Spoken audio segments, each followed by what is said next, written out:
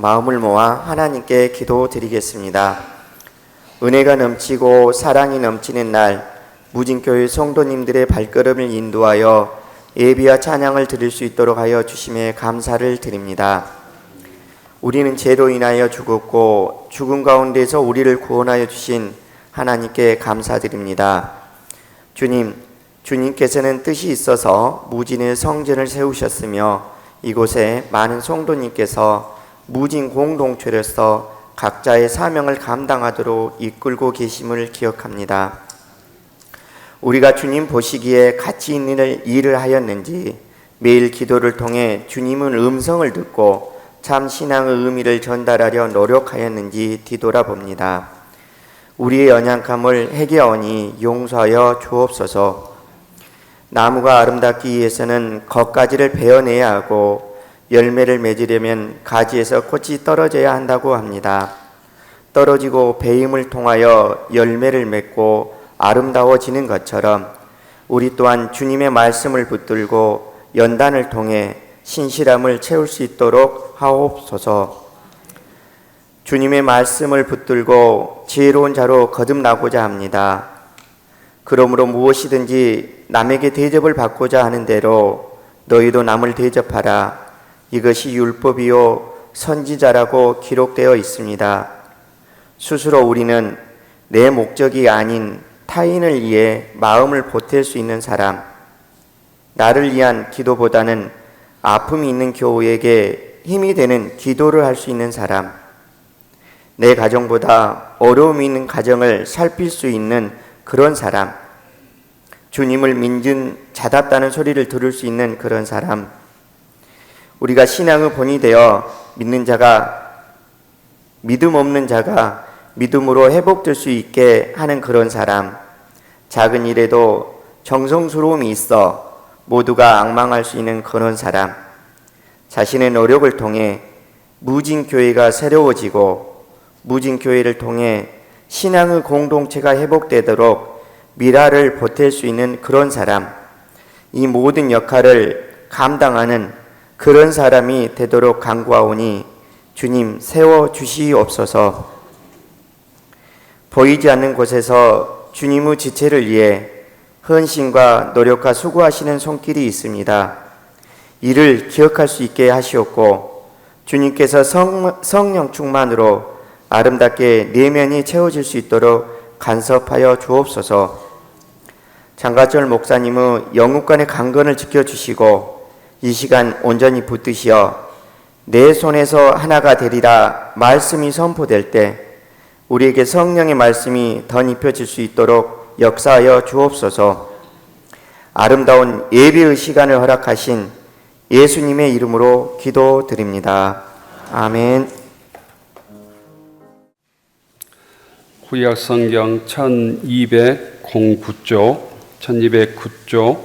에스겔서 37장 15절부터 23절입니다.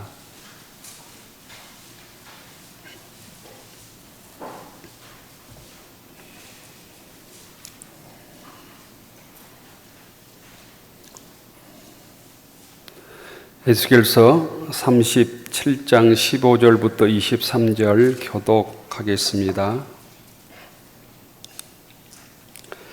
여호와의 말씀이 또 내게 임하여 이르시되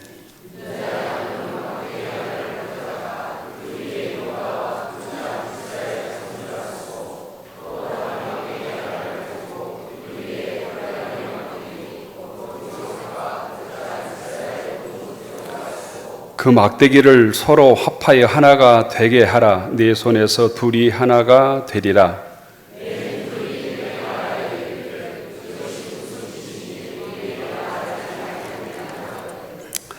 너는 곧 이르기를 주 여호와께서 이같이 말씀하시기를 내가 에브라임의 손에 있는 바 요셉과 그 짝 이스라엘 지파들의 막대기를 가져다가 유다의 막대기에 붙여서 한 막대기가 되게 한즉 내 손에서 하나가 되리라 하셨다 하고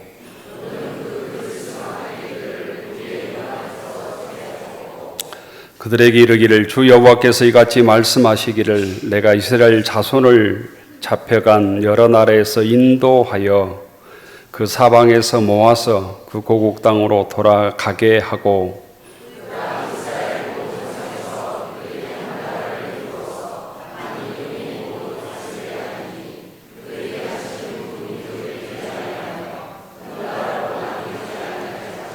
같이 읽읍시다. 그들이 그 우상들과 가증한 물건과 그 모든 죄악에서 더 이상 자신들을 더럽히지 아니하리라. 내가 그들을 그 범죄한 모든 초소에서 구원하여 정결하게 된즉 그들은 내 백성이 되고 나는 그들의 하나님이 되리라. 아멘. 신약 성경 에베소서 2장 14절입니다. 14절 그는 우리의 화평이신지라 둘로 하나를 만드사 온수된 것 곧 중간에 막힌 담을 자기 육체로 허시고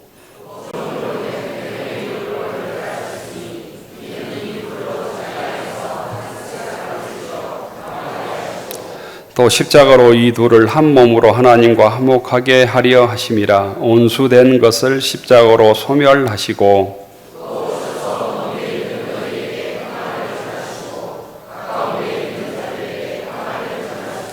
이는 그로 말미암아 우리 둘이 한 성령 안에서 아버지께 나아감을 얻게 하려 하심이라.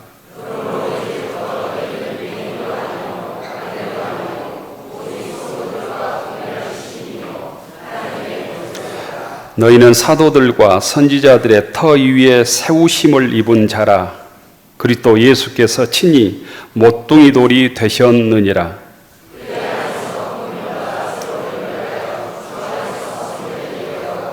같이 읽읍시다.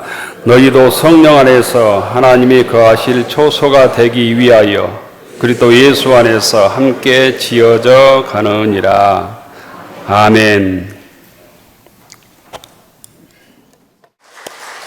찬양의 손 성가대 감사합니다. 6월 넷째 주일입니다. 주회전에서 나오신 모든 교우들을 주의 이름으로 축복합니다. 옆 사람과 인사하십시다. 반갑습니다. 잘 나오셨습니다. 주님의 평화가 여러분에게, 주님의 평화 성가대원들에게 표와 함께 하겠습니다. 생명을 택하고 내 하나님을 사랑하라. 생명을 택하고 내 하나님을 사랑하라. 관측 이래로 6월 달이 제일 더운 한 해라고 합니다. 올해가. 그런데 이 장마가 시작되어서 더위를 식혀줄 것 같습니다. 장마로 인해서 메마른 대지에 단비가 내리기를 원하고 또 장마 때문에 피해가 없으면 좋겠다 이런 생각합니다.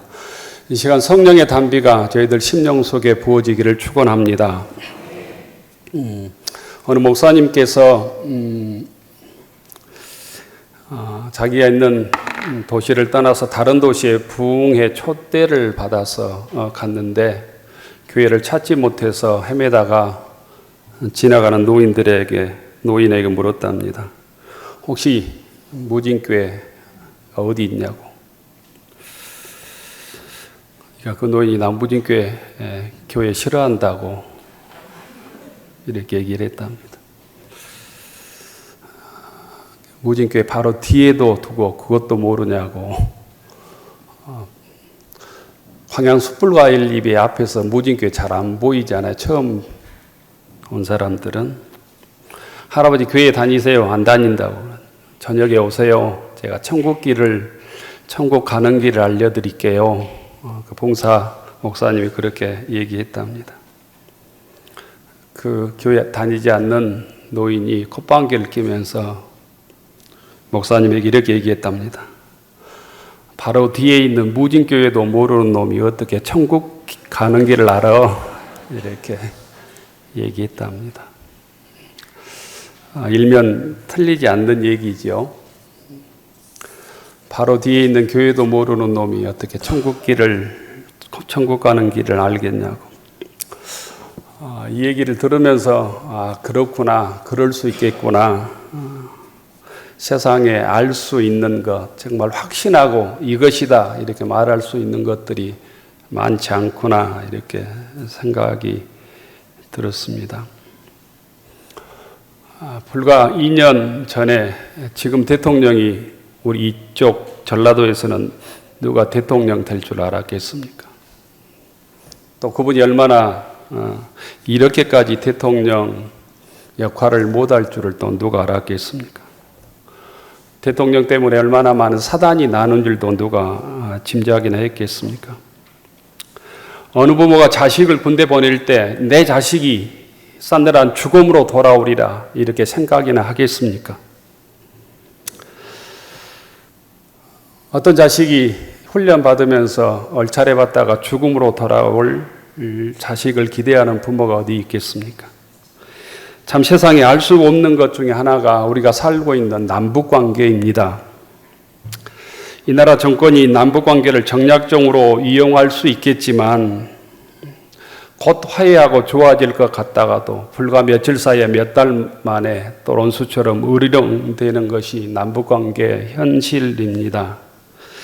지금은 남북관계도 일촉즉발의 위기처럼 느껴지기도 하죠.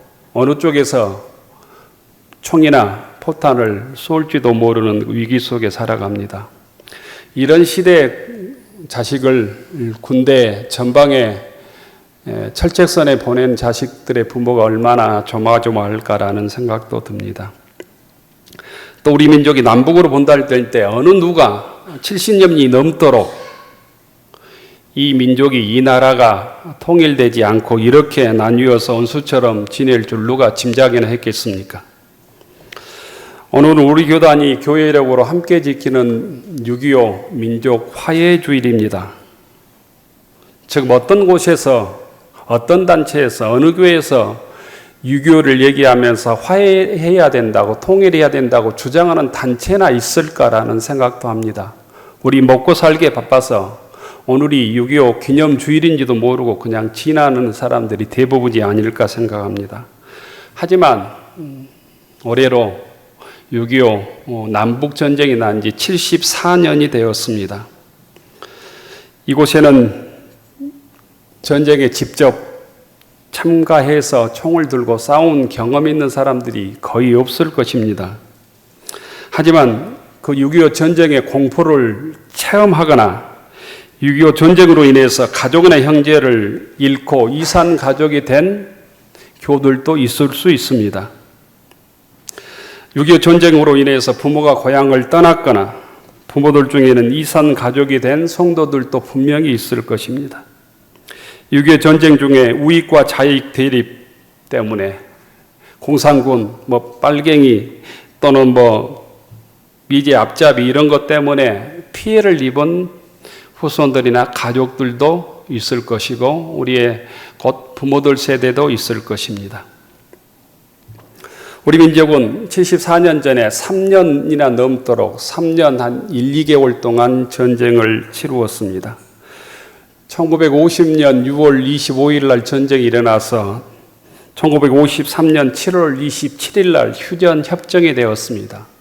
정확히 얘기하면 지금도 휴전이 정전되고 있는 전쟁 와중에 조금 쉬고 있다는 개념입니다. 전쟁을 몸으로 채워본 사람만이 전쟁의 비참함을 알 것입니다. 우리의 전쟁은 곧 다른 민족과도 아니고 같은 민족 간의 전쟁을 치루었습니다. 동포끼리 총칼을 맞대고 싸웠다는 것입니다. 이것 때문에 부모와 자식이 갈라지고 형제가 갈라졌습니다. 사제지간에도 어떤 경우는 총을 대고 싸워야 했습니다. 이러한 전쟁으로 인해서 삼천리 금수강산은 초토화됐습니다. 평양에는 건물 하나도 남지 않고 모두 초토화되었다는 역사 기록이 있습니다. 6.25 전쟁으로 얼마나 많은 사람들이 피해를 입었을까 보도된 자료에 의하면 통계상 600만 명의 사상자, 죽거나 다친 사람이 생겨났습니다.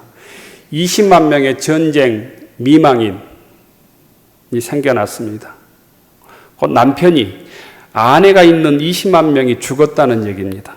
전쟁 고아가 수십만 명이 생겨났습니다.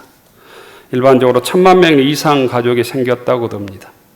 그때 아픔과 그때의 공통 상처가 지금까지도 민족 구성원들에게 상처로 트라우마로 남아있고 한 민족이 되는데 생각을 하나로 모으는데 절대적인 방해가 되어 있습니다. 그래서 지금도 빨갱이니 지금도 우익이니 좌익이니 이렇게 그것에 따라서 규정이 되고 서로 미워합니다.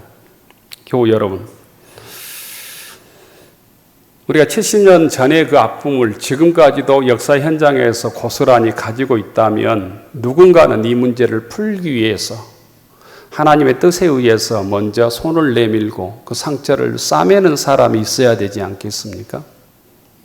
누군가는 그 상처를 덧낸 사람이 있다면 누군가는 상처를 덮고 상처를 치유하기 위해서 애쓰는 사람이 있어야 될 것입니다. 그런 사람들이 우리 기독교인들이 되었으면 좋겠습니다. 이스라엘 민족이 당했던 순환의 역사 기록을 그냥 머리로 이해하지 않고 몸으로 체험하며 그 다른 민족으로부터 당했던 순환을 계속 기억하면서 자기 민족의 정체성을 계속 유지합니다. 예를 들면 6월절이 되면 애굽에서 해방되었던 그 절기, 해방절이 되면 이스라엘 민족은 그 고난을 기억하면서 누룩 넣지 않는 빵을 먹으면서 자기 민족의 고난을 회상합니다. 쓴 나물과 누룩을 넣지 않는 빵을 먹으면서 애굽에서 종살이했던 것을 생각하고 그것들을 후손에게 알려줍니다.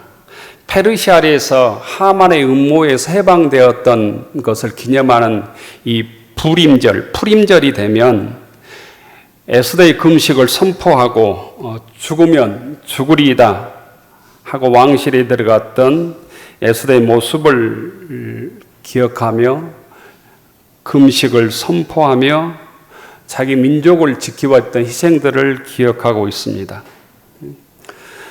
우리에게는 6.25나 국가기념일들을 맞이할 때마다 연례적으로 지켜온 기념일 정도로 지나가 버립니다.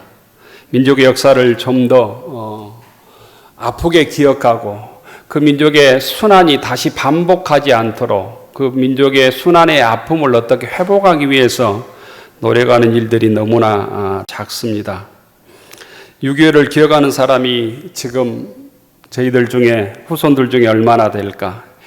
6.25를 기억하며 다시는 이 민족이 전쟁하지 않고 함께 공동으로 살기 위해서 기도하는 교회가 몇 교회나 될까? 오직 그보다는 자기 자신의 만족, 성공, 엔조이에만 관심이 있고 오직 교회는 자기 교회의 성장에만 관심이 있는 듯합니다. 예를 들면 우리나라가 일본에 합병되었던 한일합방의 이 국치일 8월 29일에 전 민족이 무슨 상복을 입고 다시 그 치욕의 역사를 반복하기 위해서 다짐을 한다든지 이런 민족의 아픈 추억, 민족의 분단 이런 것들을 우리가 조금 잘 기억해서 다시는 그런 아픔들이 재현하지 않도록 신앙적으로 각자 각성하고 또 민족적으로 노력해야 되지 않을까 이런 생각을 합니다. 6.25 전쟁을 하나의 비극적 역사로만 넘겨서는 어느 때 또 어느 시기에 다시 이런 민족이 민족을 죽이는 형제가 형제 앞에 총뿌리를 겨누는 일이 다시 반복될 수도 있기 때문입니다. 오늘 구약 성경 에스겔서 본문 말씀에는 하나님께서 에스겔 선지자에게 이렇게 명령합니다. 신비로운 두 가지 지시를 내립니다. 그 당시 이스라엘 민족도 남과 북으로 분단되어 있었습니다. 남북으로 분단되어 있던 이스라엘 민족은 외국의 침략을 당하여 망하고 마는 이스라엘 사람들은 바벨론에 수없이 많은 사람들이 끌려갔습니다. 포로의 고난 속에 이스라엘 민족들은 좌절과 허무 속에 있었습니다. 그런 이스라엘 민족을 향하여 하나님께서는 에스겔 선지자에게 이런 애언을 하라고 지시합니다. 15절에 보면 이스라엘 민족에게 생기를 불어넣도록 하라. 희망을 선포하라는 말씀입니다. 죽은 마른 뼈 같은 이스라엘 백성들에게 하나님의 희망을 선포하라고 얘기합니다. 16절부터 28절까지 보면 두 막대기 한쪽에는 이스라엘, 곧 북쪽이라고 쓰고 다른 한쪽에는 유대라고 써라, 곧 남쪽 나라라고 써라. 둘이 하나가 되게 하고 평화의 언약을 세우도록 하라고 말씀합니다. 고난 중에 있던 이스라엘 민족을 하나님께서 에스겔을 통해서 이렇게 부르셨듯이 주님께서는 우리 교회를 통해서 이 민족에게 하나님의 생기, 하나님의 화해의 생기를 불어넣으라고 말씀하시는 줄로 믿습니다. 분단된 조국에 하나 되는 일에 교회가, 하나님의 자녀들이, 예수 믿는 자들이 앞장서라고 말씀하는 것입니다. 둘이 하나 되게 하고 평화의 언약을 맺도록 하는 명령은 단순히 에스겔 선지자에게만 주신 것이 아니라 오늘 기독교인이라고 스스로 고백하는 우리들에게도 남과 북의 화해를 위해서, 이 땅의 평화를 위해서, 이 땅의 통일을 위해서 애쓰는 사람이 되어야 된다는 말씀입니다. 우리 민족은 현재 경제적 부강을 자랑하지만 부끄럽게도 현재 세계에서 유일하게 남은 분단 국가입니다. 그것이 외세에 의한 것이든 미국과 중국과 일본과 소련에 의한 것이든 어쨌든 우리의 무능력의 치욕의 모습이기도 하죠. 우리가 이렇게 풍요한 생활을 하고 있지만 분단의 문제, 민족의 문제를 해결하지 못하고 살아가는 세계에서 유일한 민족입니다. 우리 민족의 평화와 통일 문제를 생각할 때 우리는 몇 가지 신앙적인 생각을 정확하게 하고 있어야 합니다. 첫째로, 민족의 분단이 내가 태어나기 이전의 일이지만, 나와 아무 상관이 없는 일이지만, 우리들은 이 분단에 대해서 꼭 책임감을 가지고 먼저 우리가 하나님 앞에 기도해야 된다는 거예요. 회개해야 된다는 것입니다. 하나님의 은혜는 회개한 자에게 임합니다. 무엇보다 이 민족의 분단에 대한 깊은 회개가 있어야 합니다. 민족 분열에 대한 회개, 서로를 증오했던 것에 대한 회개, 미워했던 사실에 대한 회개. 하나님께서도 이스라엘 민족이 곧 불순종했기 때문에 나라가 분단되었습니다. 외세 침략으로 말미암아 멸망당했습니다. 그 힘든 과정 속에 그럼에도 불구하고 하나님의 목소리를 내는 사람들이 있었습니다. 그게 예언자들의 목소리입니다. 예언자들은 끊임없이 남북으로 분단된 이스라엘 민족을 향해서 우리 민족은 하나라고 외쳤습니다. 우리 민족은 하나님을 믿는 한 민족입니다 라는 사실을 외쳤습니다. 다 같이 아브라함의 후손이고 이스라엘의 집안이고 야곱의 집안임을 강조했습니다. 우리들이 지금 분단된 지가 70년이 넘었지만 그럼에도 불구하고 우리 민족은 한 민족임을 우리가 인정해야 합니다. 민족의 공동체성을 일깨워야 된다. 먼저 예수 믿는 사람부터, 하나님의 자녀인 우리부터 그렇습니다. 두 번째는 민족의 죄악을 회개해야 합니다.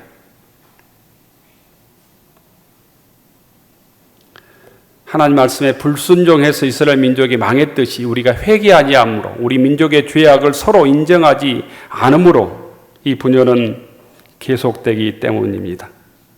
분열에 대한, 서로를 미워했던 것에 대한 처절한 회개가 필요합니다. 유교를 회상하면서 왜 조국이 하나 되지 못하고 서로 싸웠는가를 철저하게 회개해야 합니다.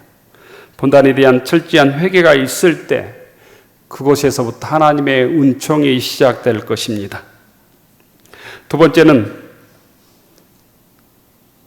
저희들이 먼저 하나님의 사랑을 체험하는 자로서 고난의 복음, 복음을 전파하고 복음대로, 주의 말씀대로 사는 신앙생활을 해야 된다는 것입니다.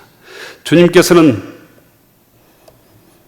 누구든지 나를 따라오려거든 자기를 부인하고 자기 십자가를 지고 나를 쫓으라고 말씀하였습니다. 이 땅의 화해를 위해서, 이 땅의 통일을 위해서, 이 민족의 하나됨을 위해서 기독교인들이 감당해야 될 십자가를 감당해야 된다는 거예요. 이 땅에서 마땅히 감당해야 될 책임과 사명을 감당해야 합니다. 우리 민족이 한반도 분단은 어떤 면에서 세계 이념 분열의 전초지였고 6.25는 그 결과였다고도 말할 수 있겠습니다. 세계 패권 전략의 하나가 곧 한반도의 분열의 결과 분단으로 나타났다는 얘기도 듣습니다. 미국과 소련 자본주의와 사회주의 이념 때문에 강대국의 이익에 우리 민족이 철저하게 이용당하고 피해를 당한 것이죠. 그렇지만 당할 수밖에 없는 곧 민족의 약함, 민족의 분열이 또한 우리에게 있었다고 하는 사실도 인정해야 합니다. 여자들에게 가장 재미없는 얘기가 남자들이 하는 축구 얘기라고 그러잖아요. 그 다음에 더 재미없는 얘기가 군대에서 남자들이 축구한 얘기라고 합니다. 비슷하게 곧 우리들에게 6.25 남북 문제, 통일과 평화의 문제, 이런 얘기들은 여자들에게 남자들이 군대에서 축구하는 얘기처럼 관심 밖의 얘기일 수도 있습니다. 하지만 그 6.25 전쟁이 우리의 삶을 규정합니다. 우리의 자녀들을 규정해요. 우리의 직장을 규정하기도 하고 이 사회 이념을 규정하기도 하고 대통령을 뽑는 것을 규정하기도 합니다. 남북이 하나 되지 못했기 때문에 얼마나 많은 문제가 일어나고 있는지 모릅니다. 기름값이 우리 가계에 영향을 미치듯이 일본의 핵 오염수가 우리의 건강에 영향을 미치듯이 기후변화가 우리 일상에 직접 영향을 미치듯이 우리 민족에게 가장 큰 영향을 미치는 것은 지금도 민족 분단의 문제입니다. 전쟁이 일어나면 우리의 자녀들이 언제 국가의 부름을 받고 강제로 총을 들고 전쟁터로 나갈지 모릅니다. 전쟁이 일어나면 우리의 자유가 중단되고 없어지고 맙니다. 마라마리 때문에 우리가 끌려갈 수도 있습니다. 남북 간의 문제나 통일의 문제, 평화의 문제는 이와 비교할 수 없을 정도로 중요하고 우리의 삶을 바꿀 절대절명의 요소입니다. 간단하게 우리 민족이 통일되었다면 우리 자녀들이 억지로 군대 끌려갔겠습니까? 이 땅에 독재가 있었겠습니까? 이 땅에 5.18에 시민들의 학살이 있었겠습니까? 이념 문제 때문에 수많은 사람들이 사상의 억압을 받고 인권이 유린당했겠습니까? 교회가 분단의 문제를 자기 십자가로 삼지 않는다면 한국교회는 한국교회의 책임을 감당하지 못하는 것입니다. 이 사회의 정의가 강물처럼 흐르게 하지 못한다면, 화해의 대로를 열지 못한다면 성경이 말하는 신앙인의 삶을 이 땅에서는 우리가 올바로 살지 못하게 되는 것이죠. 우리 민족의 통일은 한국교회가 가장 크게 감당해야 될 그 십자가 중의 십자가입니다. 그걸 위해서 저희들이 먼저 깨어나야 되고 기도해야 되고 화해의 출발을 시작해야 합니다. 주님께서 이 땅에 오신 것은 친히 막힌 담을 놓으시고 우리와 화해하기 위해서 주님께서 오셨다고 말씀하고 있습니다. 오늘 에스겔서 19장에 보면 한 막대기가 되게 한즉 내 손에서 하나가 되리라 이렇게 말씀합니다. 내 손에서 하나가 되리라. 내 손이 누구의 손입니까? 하나님의 손에서 나뉘어졌던 남과 북이 이스라엘 민족과 유대 민족이 내 손에서 하나님의 손에서 하나가 되리라고 말씀합니다. 오늘 에베소서 2장 14절에 보면 그는 예수님은 우리의 화평이신지라 둘로 하나가 되사 중간에 막힌 담을 놓으시고 자기 안에서 새 사람을 지어 화평하게 하셨다고 말씀합니다. 전쟁을 통해서 6.25를 통해서 한민족이 되게 하려고 북한을 내렸었지만 또 남한은 그 전쟁을 이김으로 하나가 되려고 했지만 실패했습니다. 이제는 에스겔 선지자를 통해서 우리에게 말씀해 주신 것처럼 하나님의 평화의 진리 안에서 평화로 하나님 손에서 하나 되는 역사가 우리를 통해서 하나님을 나의 구주로 믿는 사람들을 통해서 이루어져야 된다는 말씀입니다. 교우 여러분, 예수를 그리스도로 믿는 신앙인들은 주님께서 말씀하신 평화를 우리의 평화로, 이 땅의 평화로 나타나기 위해서 외쳐야 합니다. 기도해야 합니다. 그 평화의 복음을 붙들어야 한다는 말씀입니다. 그래서 예수님께서는 우리들에게 말씀하셨습니다. 평화를 위해 일하는 자는 복이 있다. 그들은 하나님의 아들이라고 일컬음을 받을 것이다. 이 땅에서 하나님의 아들이라고, 하나님의 자녀라고 일컬음 받기를 원하신다면 평화를 위해 일할 수 있기를 축원합니다. 우리는 모두 하나님의 백성입니다. 우리 모두는 평화를 위해서 일해야 될 책임을 주님으로부터 부여받은 사람들이라는 것입니다. 평화의 복음이 남과 북의 7천만 민족에게 전파될 때, 그 가슴 속에 퍼져갈 때 이 땅은 무기를 넘어서 통일될 것입니다. 남북의 평화가 이루어질 것입니다. 사랑하는 교우 여러분, 평화를 위해서 일하는 하나님의 일꾼들로 거듭나는 시간이 되기를 축원합니다. 내가 서 있는 곳에서, 내 일터에서, 내 가정에서부터 주님의 평화가 이루어질 수 있기를 주의 이름으로 축원합니다. 그러기 위해서 복음을 붙들고, 그러기 위해서 기도하고, 그러기 위해서 내 속에 온전히 주님의 평화가 물들 수 있도록 하나님의 말씀을 붙들어야 합니다.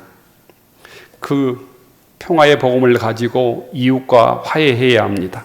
내가 속한 곳에서 평화의 사도가 되어야 합니다. 그럴 때 주님께서는 우리에게 은총을 주셔서 우리의 생각으로는 이룰 수 없는 평화, 우리의 생각으로는 넘어설 수 없는 이 땅의 통일, 한반도의 평화가 강물처럼 이루어질 것입니다. 저희들 먼저 이 일을 위해서 가장 약한 모습 같지만 가장 강한 기도로부터 평화의 사도의 행진을 시작하는 무진교회 교우들이 되기를 축원합니다. 기도하겠습니다.